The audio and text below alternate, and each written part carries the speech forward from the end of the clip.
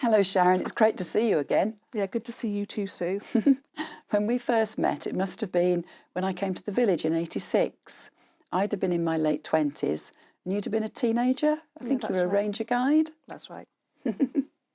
I remember some of the things we used to do then. Lots of outdoor things. Do you remember, did you come abseiling? Oh, yeah, I did. I remember that. And caving as well. Yeah. Yeah, that's right, yeah. That seems so long ago. But you must have been a brownie about 73 to 76, something like that. Yeah, that sounds about right.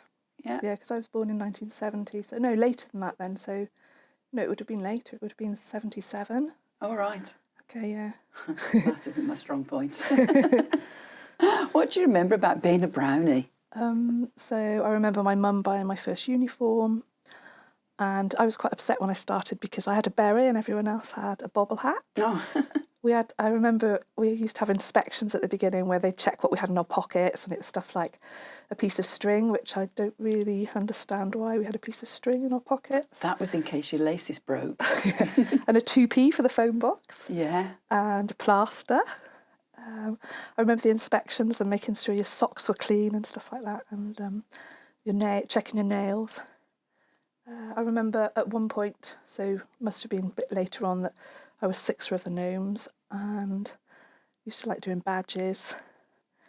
I don't really remember any trips we did with Brownies. That would be sort of more about guides and rangers, really. Because you still run Brownies now, don't you? Yeah, that's right. Can you imagine if you were trying to give your Brownies now a pocket inspection and making them wear white socks? No, I don't think they'd be very happy. No. It's quite different times, isn't it? Very different, yeah. When you think it's not that long ago, it's only within our lifetime. No, that's right. I think there've been 3 changes in uniform since then. Or at least I'm sure. Yeah. Yeah.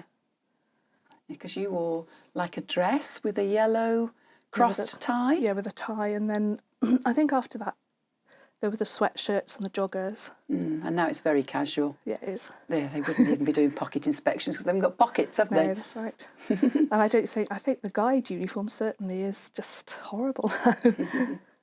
I wouldn't want to wear it. It's not like a uniform. A uniform's not the right word, really, is it, No, anymore? that's right. Yeah. No. Who were your friends in Brownies, do you remember? Yeah, so Heather Farr, at Vaughan now. Catherine Davis, I think her parents still live in the village. That's right. Leslie Stevens, Julie Eckley and Carol Eckley. Yeah. Tina Abbott. I was going to say, was Tina She lived a over brownie? in... I'm not sure if she was a brownie. She may have been a brownie for a little while. I can't really remember any of the others. Must have been... so Caroline Danby, she was from the village, I remember her. And not really much more about the older ones. So they actually were girls that you went through, because I remember them as rangers. That's right. So they went right through, yeah. And it was nice because I didn't go to school with any of those girls. Yeah.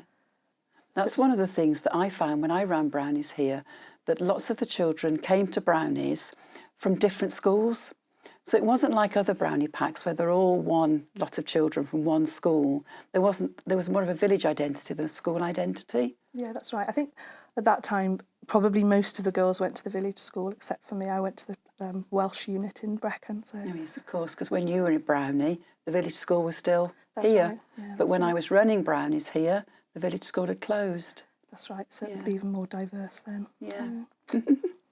Who was the leader when you were a brownie? So Sandra Briscombe, I remember. Oh, yes. Well, Sandra's still in the village. Yeah, that's right. And my mum, but I'm not sure she was a leader when I first started, because I think you took over from her, didn't you? I did. Your mum was Jean, wasn't she? That's right, yeah. Yeah. So Jean and Pat, they were the people that I took over from. Brenda helped me a bit and then went on to Judith helping me. Yeah, I don't think I remember Judith. No, you would have left the village by the time Judith was helping. When I came to the village and got involved in Brownies, it was because I'd always had a history of Brownies, really. I'd been involved in Brownies in Birmingham when I lived there. And then when I went to teacher training college, I carried on helping with Brownies.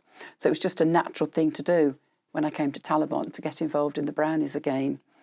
But you've also been a Brownie leader for all of your life, haven't you? Yeah, that's right. So to date. Yeah, I went to London to do my nurse training in 1988, and I remember sitting outside a pub, probably shouldn't be saying that, Yeah.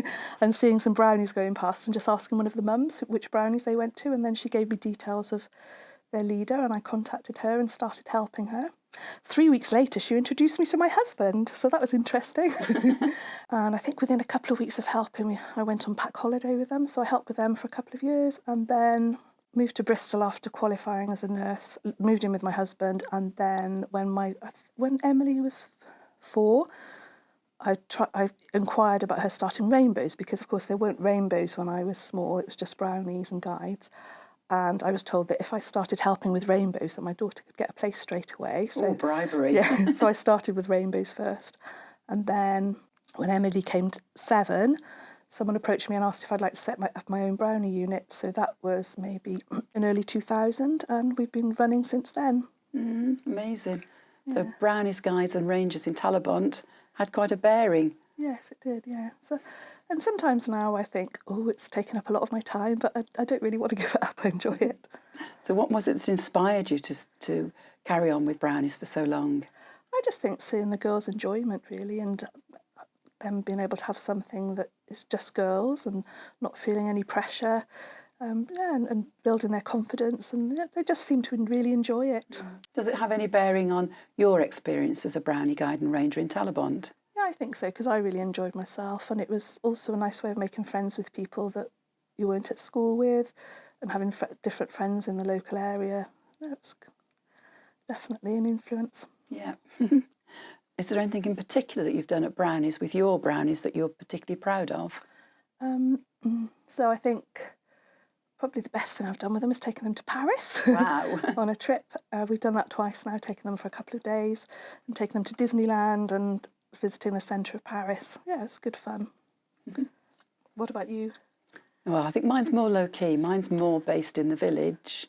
I used to run county events, so not just for our Brownies, but for the whole of the county. And one such event was about 96, and we had a Victorian Fun Day in the field. So I got lots of parents and guiders and outside people involved, and about 180 girls came, all dressed in costume, and all the adults were dressed in Victorian costume too. And we had a whole afternoon of doing all sorts of things Victorian, things like croquet, spinning plates. They did different crafts. I remember them doing decoupage, and they made peg dolls. We also had, I don't know how we managed to do it now, but we had a maypole in the car park. So they all came and had turns on the maypole. We had a fire eater. That sounds amazing. And we had a Morris dancing team come. So it was great fun, sort of all afternoon with all these Brownies filling the field, a lovely atmosphere. And it happened to sunshine. Doesn't always happen in Talybont, does it? No, that sounds like really good fun. Yeah, it was a great day. It's been great talking to you, Sharon, and remembering all these things about when you were a Brownie and things that I've done with Brownies as well. Yeah, great to talk to you too. It'd be lovely to think, because no Brownies is happening in Talybont at the moment, but it would love to think that someday somebody will come along and restart Brownies in the village hall.